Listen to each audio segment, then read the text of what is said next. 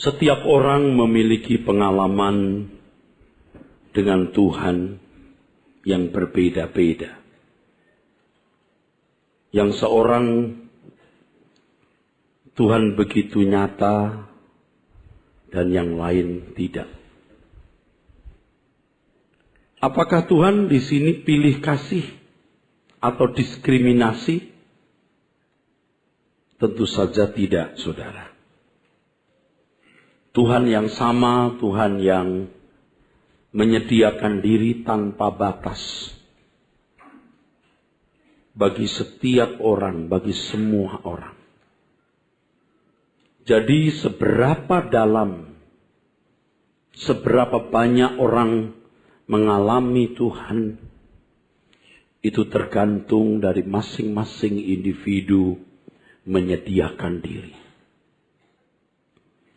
Menyediakan diri di sini maksudnya adalah seberapa banyak waktu, tenaga, dan perhatian yang digunakan untuk mencari Tuhan atau untuk mengalami Tuhan. Orang-orang yang sungguh-sungguh haus dan lapar akan kebenaran, seperti yang dikatakan di Injil Matius 5 ayat 6, akan dipuaskan. Artinya hanya orang-orang yang sungguh-sungguh merindukan Tuhan yang akan mengalami Tuhan di dalam hidupnya. Dan saya mau ngomong jujur bahwa banyak saudara yang sebenarnya belum mengalami Tuhan. Pengalaman keagamaan yang saudara miliki bukanlah pengalaman pribadi dengan Tuhan. Konyolnya banyak orang yang merasa cukup, merasa puas dengan pengalaman keberagamaan tersebut, tetapi tidak memiliki pengalaman pribadi dengan Tuhan. Tuhan tidak akan ditemukan secara limpah oleh mereka yang tidak mengingini Tuhan. Nah, banyak orang merasa membutuhkan Tuhan, tetapi sebenarnya tidak. Yang dibutuhkan itu sesuatu. Dan biasanya yang dipandang kebutuhan adalah hal-hal yang menyangkut pemenuhan kebutuhan jasmani, ketenangan jiwa berdasarkan situasi hidup dan kondisi lingkungan, plus kehormatan, nilai diri di mata manusia. Oleh karena kebutuhan inilah orang berurusan dengan Tuhan. Saya tidak katakan itu keliru, saudaraku. Bagi orang Kristen baru, kita bisa memahami, saudara. Tuhan pun juga membuat mukjizat, mengadakan tanda-tanda ajaib untuk memuaskan mata dan memuaskan tubuh orang pada zamannya. Tetapi tujuan kekristenan bukanlah itu. Sebab tujuan kekristenan adalah agar setiap pribadi memiliki persekutuan yang eksklusif dengan Tuhan sesuai dengan doa Tuhan Yesus. Ketika Tuhan Yesus berkata kepada Bapa di surga, engkau di dalam aku Bapa, aku di dalam engkau, dan mereka orang percaya ini di dalam kita. Kita harus sampai pada satu kualifikasi, kualitas hidup, di mana kita bisa menjadi satu dalam persekutuan dengan Bapa di surga, Allah semesta alam yang menciptakan langit dan bumi, dan persekutuan dengan Tuhan Yesus Kristus. Sehingga kita bisa berkata seperti pemazmur berkata, seperti rusa yang merindukan sungai yang berair, demikianlah jiwaku merindukan Engkau ya Allah. Ditulis dalam Mazmur pasal 42 ayat 2 dan 3. Kalau seorang kafir seperti Kornelius yang dikisahkan dalam Kisah Para Rasul pasal 10, yang takut akan Tuhan dan berusaha menyembah Allahnya orang Yahudi, Allah Yahweh, lalu Allah berkenan menyatakan diri kepadanya. Terlebih lagi saudara-saudara, anak-anak Tuhan, Kalau saudara sungguh-sungguh merindukan Tuhan, saudara sungguh-sungguh mengingini Tuhan, bukan karena kebutuhan sesuatu atau sesuatu yang dianggap kebutuhan, pasti saudara akan menemukan Tuhan. Perjumpaan dengan Tuhan ini, perjumpaan pribadi dengan Tuhan ini harus benar. Tidak selalu secara mistik.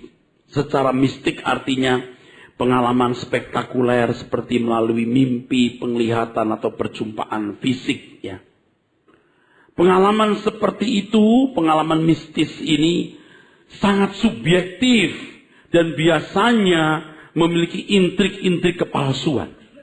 Dan jangan mudah percaya dengan orang-orang yang mudah mengumbar kesaksian semacam itu. Justru yang penting adalah pengalaman hidup setiap hari. Dan pengalaman hidup saudaraku sekalian yang benar, pengalaman hidup yang konkret dengan Tuhan itu pasti membuahkan suatu kehidupan yang istimewa, saudara. Dan saya mau beritahu kepada saudara, ini adalah harta melampaui segala hal. Harta melampaui segala hal. Jangan merasa Anda telah memiliki pemenuhan kebutuhan sebelum mengalami perjumpaan dengan Tuhan secara khusus. Kita harus punya perasaan krisis yang kuat ketika kita menyadari bahwa sebenarnya kita belum berjumpa dengan Tuhan. Perjumpaan yang kita miliki hanya perjumpaan dengan agama Kristen. Perjumpaan dalam pengalaman keagamaan, melalui misa atau kebaktian. Atau bahkan sekalipun Anda pernah mengalami mujizat, tapi Anda belum pernah punya perjumpaan dengan Tuhan secara pribadi. Sebagai pelayan jemaat, saudara sekalian, saya mengantar saudara pada wilayah yang terbatas. Ada wilayah yang saya kerjakan dan harus saya penuhi. Tetapi ada wilayah yang bukan wilayah saya. Itu wilayah Roh Kudus dengan saudara sendiri. Supaya masing-masing individu, masing-masing pribadi bisa memiliki perjumpaan dengan Tuhan. Saya mengajarkan kepada saudara kebenaran-kebenaran yang mencerdaskan pikiran saudara. Itulah sebabnya Tuhan berkata kepada Petrus, feed my lamb. Artinya beri makan domba-dombaku. Saya memberikan firman kepada saudara. Saudara belajar firman lewat khotbah, suara kebenaran, lewat pendalaman Alkitab, lewat CD-CD khotbah. Hanya itu yang dapat saya lakukan. Selebihnya saudara sendiri harus mencari Tuhan. Melalui doa pribadi. Melalui meditasi setiap hari. Melalui ketajaman dengan seksama. Melihat semua kejadian hidup yang di dalamnya Tuhan mau berbicara kepada saudara. Dan saya tidak akan pernah mengerti. Karena itu sifatnya pribadi. Pengalaman hidup. Pengalaman hidup yang saudara alami setiap hari. Merupakan kendaraan Tuhan berbicara kepada saudara. Dan kecerdasan untuk membaca peristiwa-peristiwa itu. Makna yang terkandung di dalamnya. Pelajaran rohani yang terkandung di dalamnya. Saya ajarkan kepada saudara. Kecerdasan itu. Firman Tuhan. Oleh sebab itu kalau saudara tidak belajar firman Tuhan dengan sungguh-sungguh. Saudara hanya setor muka hari Minggu. Hari yang lain tidak sungguh-sungguh mendengarkan CD khotbah atau belajar firman. Anda jadi manusia gagal. Dan saya mengatakan dengan berat hati, lebih baik tidak pernah jadi manusia. Daripada menjadi manusia tapi tidak pernah mengalami perjumpaan dengan Tuhan. Saya bicara dalam konteks orang Kristen. Sebab orang percaya itu mempelai Tuhan. Orang percaya itu anak-anak Allah.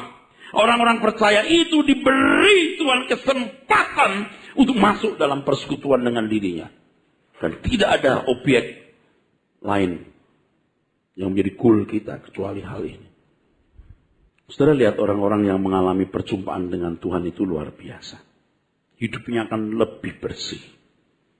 Hidupnya akan takut akan Allah. Memang belum sempurna, tapi akan makin takut akan Allah.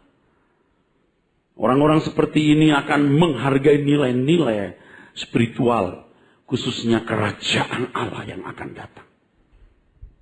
Ciri yang lain adalah orang-orang seperti ini akan membela Tuhan pekerjaannya tanpa batas. Walaupun sebenarnya Tuhan tidak perlu dibela karena Tuhan bisa membela dirinya sendiri. Tapi dia akan bersedia berbuat apapun untuk Tuhan. Orang-orang yang sungguh-sungguh berjumpa dengan Tuhan ini, saudaraku, akan menjadi keharuman bagi banyak orang.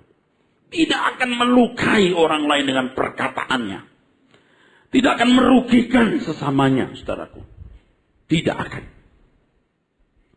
Orang-orang yang mengalami perjumpaan dengan Tuhan ini, saudaraku sekalian.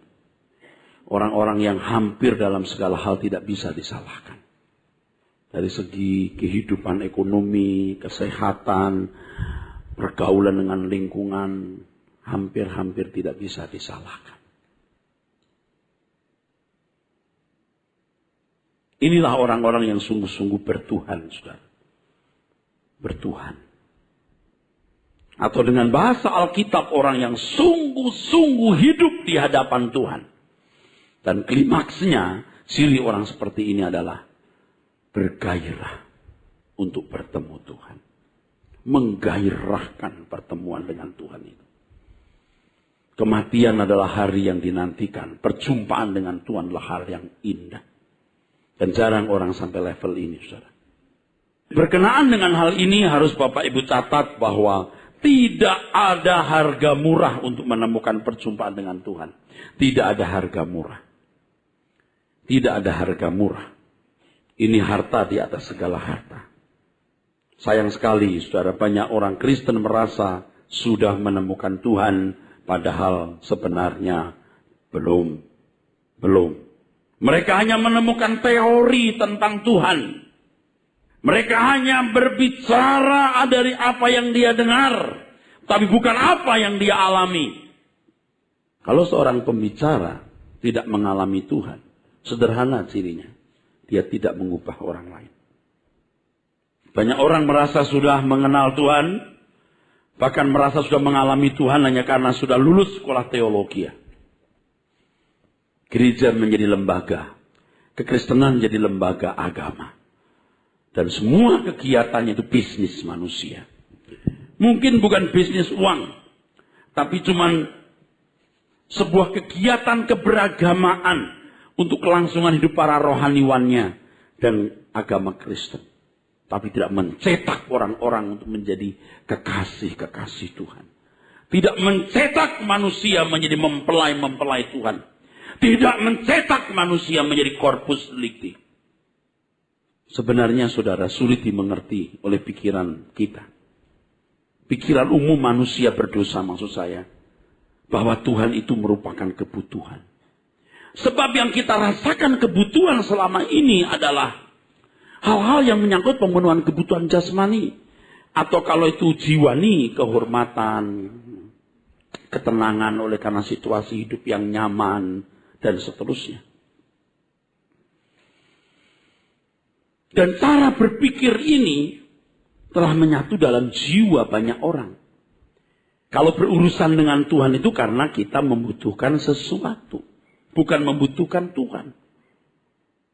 Beda loh, membutuhkan sesuatu dan membutuhkan Tuhan itu very different. Walaupun dalam aplikasinya hampir tidak bisa dibedakan. Orang membutuhkan Tuhan atau sesuatu itu berbeda sekali. Tetapi dalam aplikasi konkretnya hampir tidak bisa dibedakan. Orang ke gereja, orang berurusan dengan Tuhan, orang berperkara dengan Tuhan. Karena membutuhkan Tuhan atau sesuatu. Itu hampir tidak bisa kebaca. Sebab kan memang pada galibnya manusia mencari Tuhan itu kan seperti orang pergi ke dukun, ke Gunung Kawi, ke tempat keramat.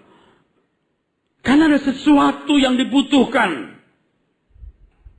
There are some things. Ada sesuatu diri yang dibutuhkan. Nah sekarang saudaraku sekalian, Anda di gereja mendengar firman itu, tujuannya agar jiwamu dieksplor.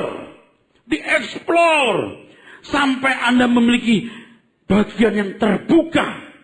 Dari bagian yang terbuka itulah Anda merasa membutuhkan Tuhan. Dan bertahun-tahun jadi pendeta pun, bagian itu terbuka kecil. Sampai suatu saat oleh anugerahnya, saya mengerti apa artinya membutuhkan Tuhan. Orang-orang yang cara berpikir seperti ini, orang-orang yang memiliki cara berpikir seperti ini, tidak pernah menemukan Tuhan. Mereka sesungguhnya tidak mencintai Tuhan. Mereka mencintai dunia. Hanya Tuhan menjadi sarana untuk meraih dunia. Dan kalau sudah terlalu lama mencintai dunia, goresannya terlalu dalam, dia tidak pernah mengasihi Tuhan. Dan orang yang tidak mengasihi Tuhan, tidak merasa membutuhkan Tuhan, tidak pernah haus dan lapar akan kebenaran. Dan orang yang tidak haus dan lapar akan kebenaran, tidak akan pernah menemukan Tuhan. Tuhan murah hati, tapi tidak murahan. Tuhan tidak memberi diri untuk orang-orang yang tidak membutuhkan dirinya. Sebab firman Tuhan mengatakan orang-orang yang haus dan lapar akan kebenaran yang dipuaskan. Dan Tuhan tidak mungkin melanggar firman-Nya sendiri. Oleh karena engkau memilih mencintai dunia. Karena engkau memilih mengasihi dunia. Engkau tidak pernah mengasihi Tuhan. Dan dalam 1 Korintus 16 ayat 22. Firman Tuhan mengatakan terkutuklah orang yang tidak mengasihi Tuhan. Terkutuklah orang yang tidak mengasihi Tuhan. Saya sudah menyampaikan kepada saudara. Dan saudara tidak bisa mengelak ketika saudara harus bertanggung jawab di hadapan Tuhan. Kalau saudara tidak mengasihi Tuhan. Saya khawatir karena goresan terlalu dalam. Sudah biasa mengasihi dunia, Anda tidak pernah bisa mengasihi Tuhan. Tidak pernah mengasihi Tuhan. Karena Anda sudah punya begitu banyak berhala, banyak candu. Kalau tidak punya barang ini rasanya nggak nyaman. Dia berusaha punya barang ini. Kalau tidak berkeadaan seperti ini, aku tidak damai sejahtera. Dia berusaha punya keadaan seperti itu. Dan seterusnya. Jadi candu. Sehingga dia tidak bisa hidup tanpa sesuatu yang dia anggap sebagai kebutuhan mutlak. Dan seakan-akan kebutuhan itu mutlak, absolut. Tidak ada yang mutlak dalam hidup ini kecuali Tuhan. Tidak ada yang mutlak dalam hidup ini kecuali Tuhan, saudara. Ingat ini. Tidak ada yang mutlak kecuali Tuhan. Oleh sebab itu saudara harus menentukan mau mengasihi Tuhan atau tidak. Sebab yang membuat kita tidak bisa mengasihi Tuhan, yang kemudian tidak bisa haus dan lapar akan kebenaran, yang akhirnya kita tidak bisa berjumpa dengan Tuhan, begitu banyak kesenangan-kesenangan di dalam diri kita. Kalau buat pendeta kesenangannya punya gedung besar, punya jemaat banyak. Saya belajar untuk menyangkalinya. Atau yang lain. Apakah Anda pikir saya tidak ingin punya jam tangan harga beberapa ratus juta? Atau kalau bisa yang ada berliannya begitu? Apa Anda pikir aku tidak ingin punya mobil yang bagus? Ada. Dulu. Saya matikan hari ini. Bukan tidak boleh pakai jam mahal. Bukan tidak boleh. Tapi kalau itu engkau merasa punya jiwa terpenuhi kesenangannya, berhala. Bukan saya iri Anda punya, saya nggak punya. Saya punya kans untuk memiliki itu. Tapi saya memilih tidak. Kasihan saudara. Anda akan mati seperti binatang. Anda akan mati seperti hewan yang tidak pernah mengukir kehidupan yang berkenan di hadapan Tuhan. Anda tidak pernah menjadi kekasih Tuhan. Kasihan.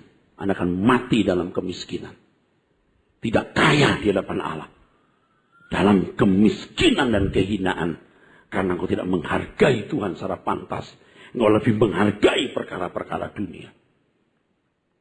Dan saya tahu banyak saudara yang sebenarnya kurang ajar sama Tuhan.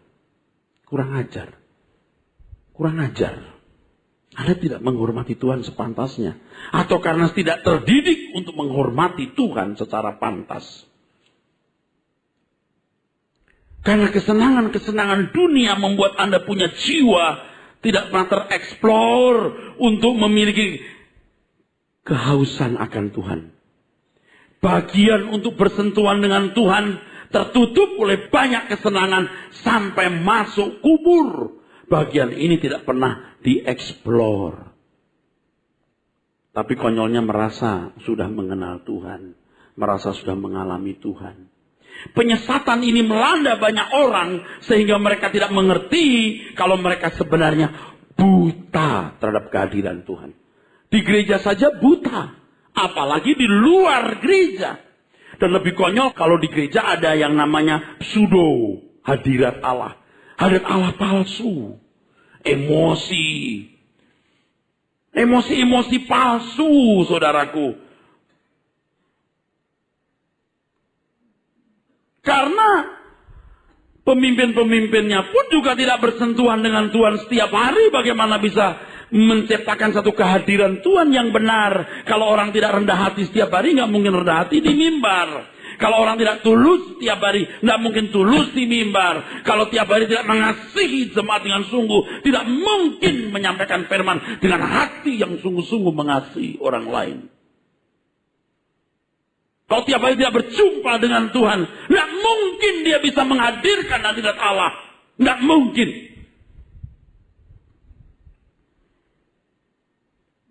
Hidup ini, saudaraku, mengerikan, saudara.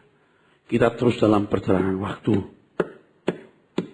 Pasti ada ujungnya, saudara. Pasti ada ujungnya. Dan kita makhluk kekal. Mengerikan sekali, saudara. Itulah sebabnya dalam 1 Yohanes 2 ayat 15-17 firman Tuhan mengatakan, janganlah kamu mengasihi dunia dengan segala yang ada di dalamnya. Karena keinginan daging, keinginan mata, keangkuhan hidup bukan berasal dari Bapa. Keinginan daging bukan berarti gak boleh makan loh saudaraku. Makanlah secara benar. Sekslah secara kudus. Keinginan mata bukan berarti lalu kita gak boleh punya sesuatu. Cobalah engkau bisa membedakan mana keinginan, mana kebutuhan. Kalau itu kebutuhan, jujurlah. Ini kebutuhan untuk nilai diri, citra diri. Atau berguna untuk hidup, kemuliaan bagi Tuhan. Nah harus cerdas kan? Dan keangkuhan hidup. Tahu dong keangkuhan hidup. Angkuh. Mau terhormat. Kadang-kadang jangankan di gereja. Di luar para pendeta pun terjadi friksi, benturan, ribut, permusuhan. Hanya karena mau menjadi ketua sinode. Ketua wilayah. Alasannya demi pekerjaan Tuhan. Tidak. Kalau demi pekerjaan Tuhan engkau gak pakai kampanye-kampanye begini. Memalukan saudara. Kalau pendeta yang termasuk pendeta-pendeta besar saja berebut posisi jadi ketua sinode. Saya tidak bisa bayangkan bagaimana dengan jemaat yang mendengar khutbahnya. Apa yang diajarkan. Bukan saya lebih baik. Apa sih? Kecuali Tuhan menjumpai saya dan jelas berkata, Erastus kamu mau jadi ketua sinode. Jangankan jadi ketua sinode, Tuhan jadi cacing juga saya mau kalau Tuhan suruh saya jadi cacing. Anda tahu nggak kalau kita ditebus oleh darah Tuhan Yesus, kita nggak berhak hidup lagi. 2 Korintus 5 ayat 14-15. Tidak berhak hidup lagi bro. Bu, Pak, nggak berhak. Hidup pun ditebus. Engkau milik Tuhan. Ya tapi Pak, kan kita hidup wajar saja. Jadi anak tebusan itu tidak wajar Bu. Pak, berani jadi anak tebusan Tuhan itu, berani hidup tidak wajar. Everything you have belongs to Him. Kalau Anda masih merasa berhak punya kesenangan, sorry, Anda tidak bisa jadi anak tebusan. Itu standar mana Pak? Alkitab. Maka sering dengarkan CD khotbah, you akan menemukan itu. Kamu tidak berhak buka mulutmu kalau Tuhan tidak suruh kamu berbicara. Kamu tidak berhak menggunakan uangmu kalau Tuhan tidak suruh kamu menggunakan uang untuk sesuatu. Everything we have belongs to God. Belongs to God. And everything we do, pleasing Him. Menyenangkan Dia. Saudara jangan pikir saya sudah sempurna. Belum. Tapi saya memaksa diri saya. Makanya saya marah kalau ada keinginan-keinginan yang mulai muncul di hati saya. Yang tidak sesuai dengan Allah. Bahkan perkataan yang kasar. Kukutuki diriku. Kalau sampai ada keinginan dalam diriku. Yang tidak sesuai kehendak Allah. Hari ini harta orang lain. Kalau kamu tidak setia dalam harta orang lain, siapa yang mempercayakan hartamu sendiri? Nanti saja aku puaskan diriku dengan segala keinginan. Nanti di langit baru, bumi baru. Toh gak lama kok. Anda bisa lihat bagaimana banyak orang-orang tua, di hari tuanya masih boten-boten. Banyak hal yang dilakukan, yang tidak akan mendatangkan keabadian yang baik. Betul-betul bodoh saudaraku. Udah jelas gak lama lagi hidup. Udah jelas bakal mati. Kok gak mau loh nyari Tuhan kenceng gitu. Kalau perlu nih, saking krisis perasaannya kuat, dia tidak keluar kamar 2-3 jam. Duduk di situ. Tuhan kau bicara gak bicara, aku cuma nunggu engkau. Tiap hari. Masa Tuhan gak datang? Waduh Pak, itu mah gak mungkin. Mungkin bro, dia hidup. Dia bukan Allah orang mati. Dia Allah orang hidup. Dia hidup saudaraku. Saya takut sama Tuhan. Saya bisa khotbah begini di belakang beda. Sangat mungkin dan sangat mudah. Tapi kalau saya nipu, paling tidak, saya tidak akan berbicara segairah ini. Nah mungkin orang bisa menipu dengan api seperti ini. Bukan sok saya mau dipercayai. Anda nggak percaya saya pun saya tidak peduli. Kalau saya lihat film-film silat. Bagaimana seorang hulu balang tunduk kepada kaisarnya. Seorang anggota perguruan kungfu tunduk kepada pimpinannya. Kagum kita saudara. Kagum sekali. Ketika kaisar berkata, aku lihat istrimu mengucapkan kata yang tidak pantas untukku. Dia bunuh istri depannya kaisar. Demi membahagiakan kaisar. Hebat. Kita kagum lihat pengorbanan orang-orang yang mencintai tuannya, rajanya, majikannya, kaisarnya itu. Nah Tuhan Yesus telah mati untuk kita. Dia tidak akan menuntut hal-hal yang tidak mungkin dilakukan. Dan tidak mungkin merugikan kita. Masa kita tidak mau saudaraku sekalian. Dimulai dari kecintaan kita kepada Tuhan. Kesediaan kita membela Dia tanpa batas. Kita akan mengalami Tuhan day by day. Dan pengalaman seperti ini tidak bisa diungkapkan kepada orang lain. Hanya buahnya nanti kelihatan. Buahnya kelihatan.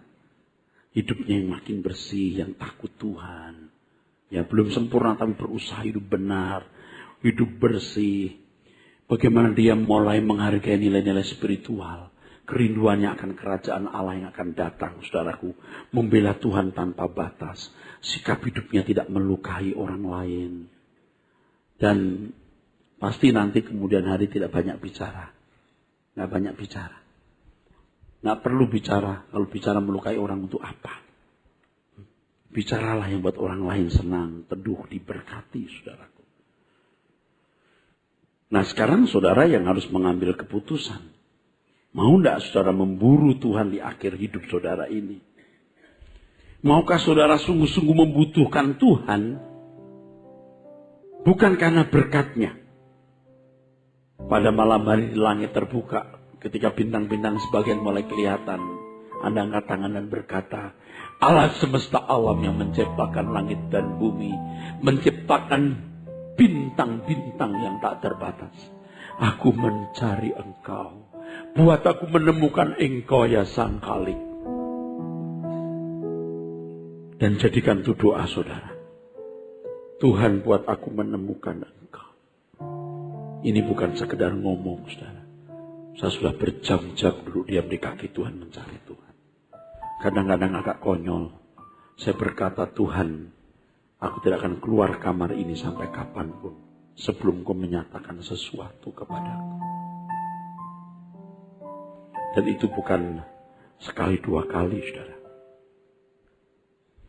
Jam 1, jam 2 kalau saya terbangun dan tergerak, saya berdoa, saya berlutut. Saya berlutut. Harus berubah. Harus berubah. Bukan karena takut manusia. Takut Tuhan. Buatlah hidupmu mengalami Tuhan.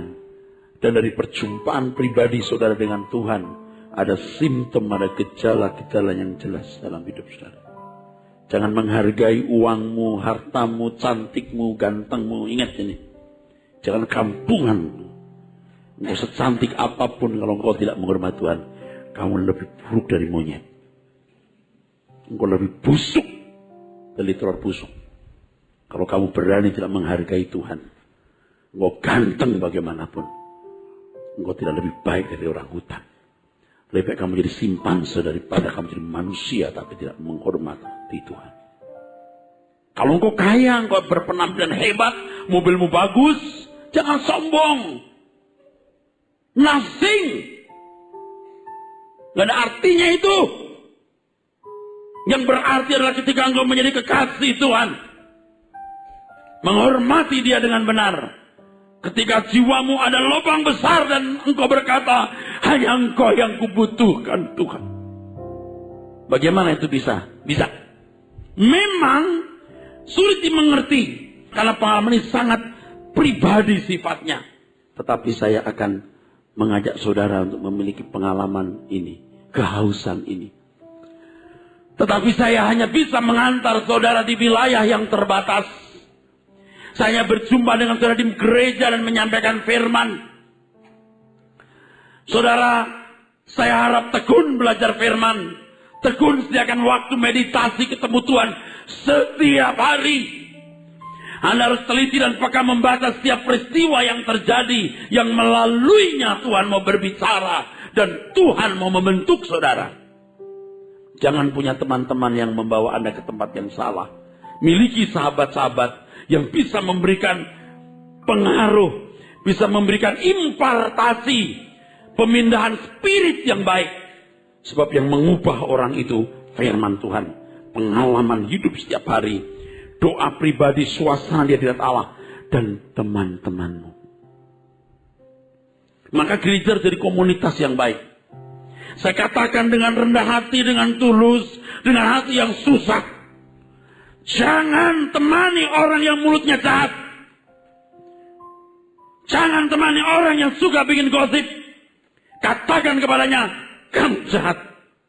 Kalau kamu tidak bertobat, aku mau berteman dengan kamu. Sekaya apapun dia, kalau kamu tidak mengikuti jalan hidupku, jangan temani aku. Aku lebih baik mati kelaparan daripada aku terima uang dari orang-orang yang tidak takut Tuhan. Makanya kalau saya lihat orang ya, setiap mobil baru mesti beli. Bisa itu foya-foya. Tuhan tahu saya mau mengatakan dengan tulus, uangnya haram untuk pekerjaan Tuhan. Dan jangan harap saya minta bantuan orang seperti ini demi nama Tuhan Yesus Kristus. Hatimu bengkok, uangmu haram. Kita tidak boleh punya kesenangan walaupun itu kelihatannya untuk Tuhan. 1001 alasan bisa kita buat seakan-akan kita melakukannya untuk Tuhan. Tetapi jujur, apa kita masih mau menikmati kesenangan di balik itu? Sebab tidak boleh ada kesenangan dalam diri kita yang itu berat dimiliki oleh Tuhan. Dan kalau kita punya wilayah hati, tidak boleh ada tamu di situ kalau Tuhan tidak kehendaki dia hadir di situ. Saya tidak memaksa saudara untuk benar. Saya tidak memaksa saudara untuk benar. Yang saya katakan ini Tuhan tahu. Benar. Anda mendengar kesaksian yang mahal saudara. Tetapi saya membayarnya lebih mahal. Makanya kadang-kadang saya juga seperti orang mau mati saudara. Apalagi yang saya harapkan dalam hidup ini. Many times I say to my friends, I'm lonely. Saya sepi, kayak mau mati. Bukan sepi bagaimana? Apa sih yang kita mau cari lagi? Tapi transisi ini memang harus dialami oleh orang yang sedang belajar hidup benar, saudaraku. Sampai kita bisa berkata, Tuhan, Engkau kerinduanku, Engkau kebutuhanku. Ya. Satu kali aku akan pulang kembali tanpa siapa-siapa, tanpa apa-apa. Aku lahir telanjang, aku kembali telanjang, tanpa istri, tanpa anak-anak, tanpa suami, tanpa anak-anak, dan tanpa apa-apa. Hidupku 70 tahun hanya untuk memburu satu saja. Engkau.